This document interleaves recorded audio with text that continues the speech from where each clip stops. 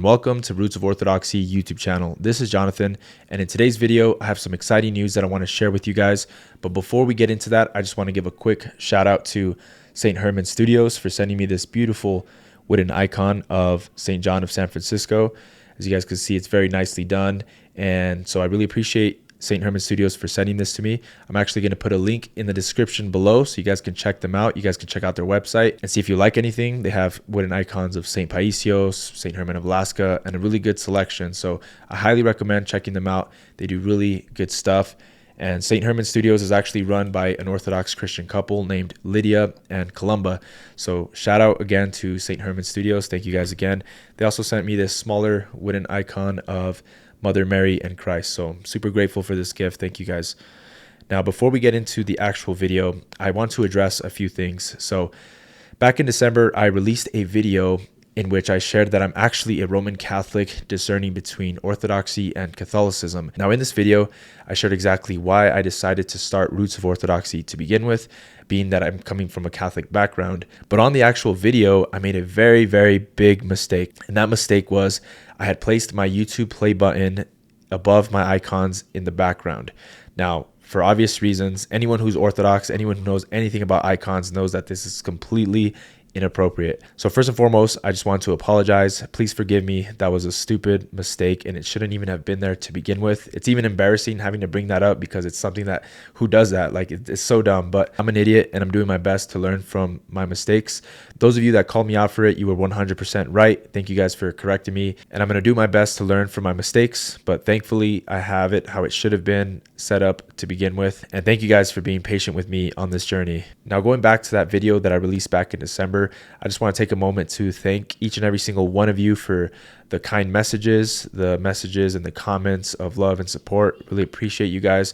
I got so many DMs. I got so many calls and text messages, calls from priests that I've worked with. A lot of people reached out to me. In particular, I want to give a shout out to Orthodox Kyle and Father Mikhail from Living Orthodox for showing love in the comments and understanding the journey that I'm on. So I really appreciate you guys. I've been watching your channel for quite some time. And although we don't know each other, we've interacted with each other very briefly online. And I really appreciate you guys for doing that. You guys didn't have to do that. And I also want to give a shout out to Father Paul Trubenbach and Father Zechariah Lynch and all of you that came out and supported me. And it's truly humbling. I feel like I don't deserve it, but you guys are incredible. And I really, really appreciate all of the love and support that I got. Now, unfortunately, when I did release that video, it did stir up some controversy and some online Orthodox drama and all kinds of fake news and false rumors that were spread about me. And so I made a follow-up video. I filmed a follow-up video to that original video, but I ultimately decided not to post it. I had asked you guys, I asked my audience here on YouTube, I had put up a community post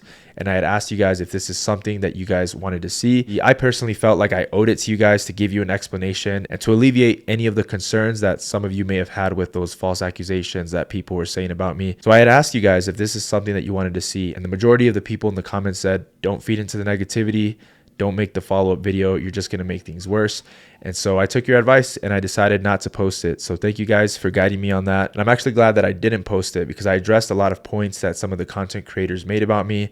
But in the end, I was actually able to make amends with some of these content creators behind the scenes. And I feel like if I would have put out that video, maybe it would have hurt the opportunity to have those relationships to begin with. So thank you guys again. And really thank you to all the messages that I received. So many people came out, dozens and dozens of messages of people saying that it was because they stumbled upon a Roots of Orthodoxy video, that they checked out the Orthodox Church for the first time, that they became baptized, that they became chrismated, all kinds of messages that are truly humbling and I have no words for. And none of this is to my credit. I understand it's nothing that I have said or have done that's anything that's special, but it's truly the loving witness and the living testimony of the priest that have inspired you guys to want to become Orthodox or get closer to Christ or improve your prayer life or whatever it is that inspired you from having watched a Roots of Orthodoxy YouTube video. And so I'm really in a grateful place to be able to shine light on certain individuals and put them on a big platform for other people to also be edified by their words or by their character. And so yeah, truly, it's incredible. It's incredible. And I don't take it for granted whatsoever. Now, to get to the actual announcement of this video, a lot of you have asked me, why didn't you say that you're a Roman Catholic? Why didn't you put a disclaimer in your bio? Why didn't you make an intro video and put that on your YouTube video? And here's my reasoning. Given that I come from a marketing background, when you first set out to start a project, when you first set out to start a channel, you first have to make the appropriate distinction.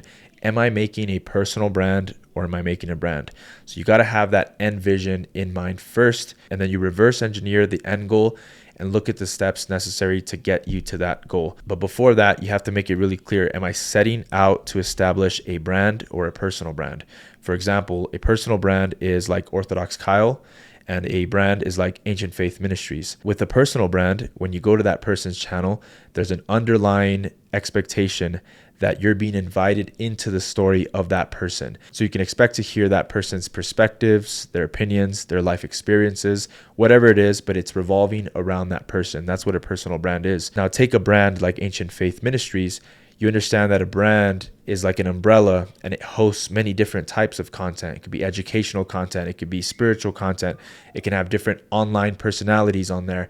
And it's really an umbrella that encompasses many different things, but it all falls under that same brand. Now, when I first set out to make Roots of Orthodoxy, I had something similar along those lines that I wanted to do, something in which I don't insert myself into the content, but it's more so just the experience of the priests and the people that I feature through Everyday Orthodoxy on that series. So I didn't really feel like it was necessary to insert myself into the content and make it about me. So you know what the expectation is. When you go to Roots of Orthodoxy YouTube channel, you know you're not being invited into the story of Jonathan as the person who's discerning between Orthodoxy and Catholicism. You know that that's not the mission of the page. So that's exactly why I didn't put that much information out about me.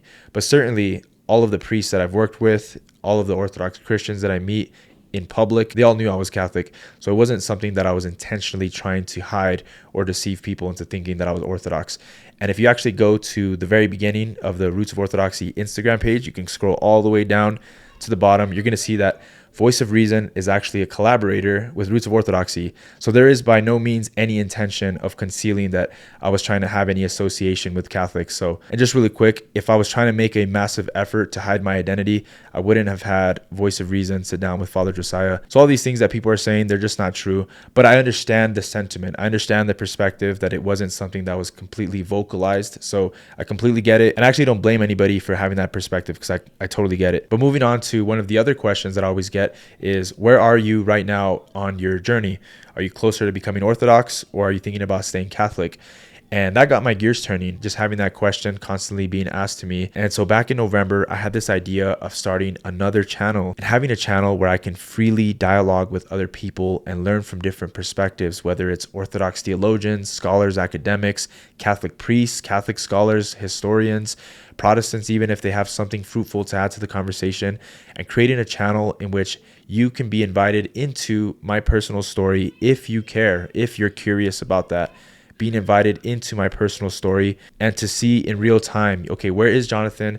Is he actually being transparent about his journey? Is he actually sincere? And so I thought, what better way to do that than to actually make a channel documenting my personal journey? And so that was my idea, creating a new channel, but this channel being in particular a podcast. So with a podcast, I can have the opportunity to have a conversational format. So it's not like Roots of Orthodoxy where it's more of like a formal interview.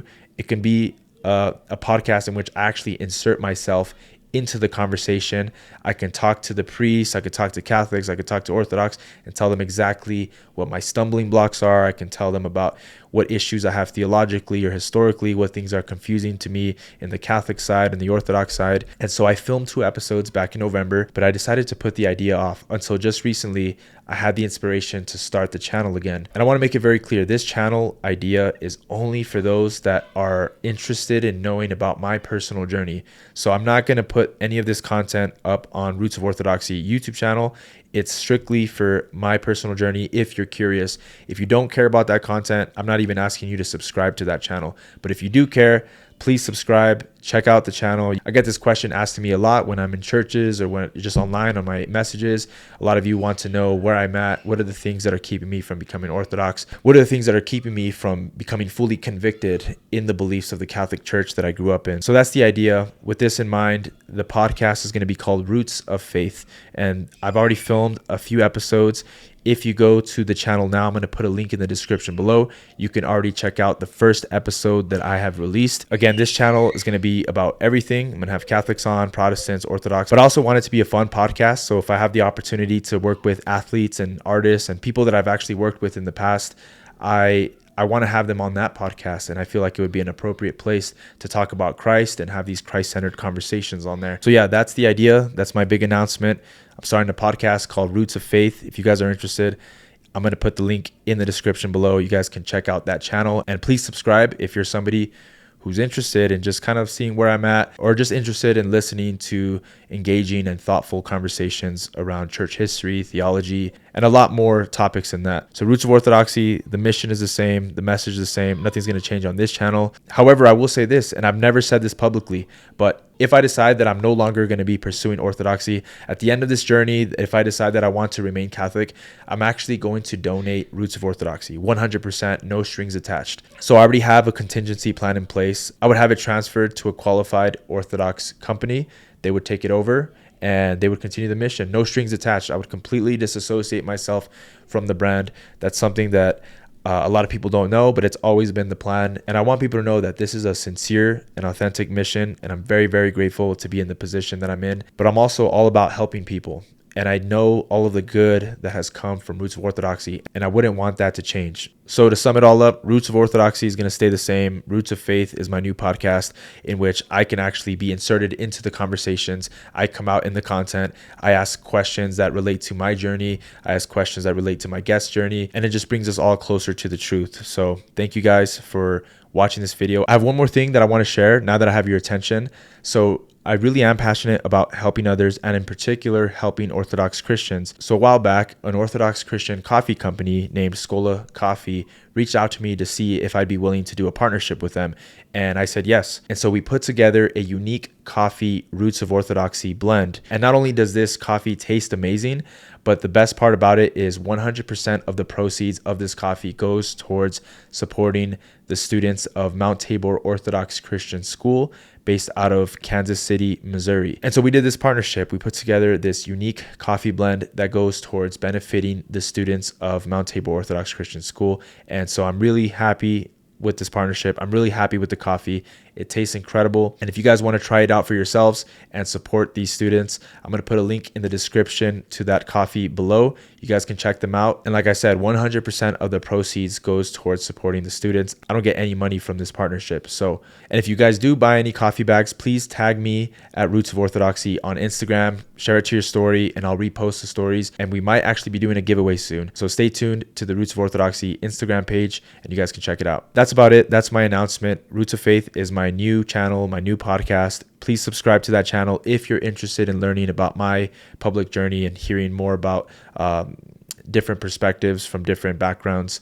That's going to be that channel. Roots of Orthodoxy will stay the same. Thank you guys for watching this video. I really appreciate it, and God bless.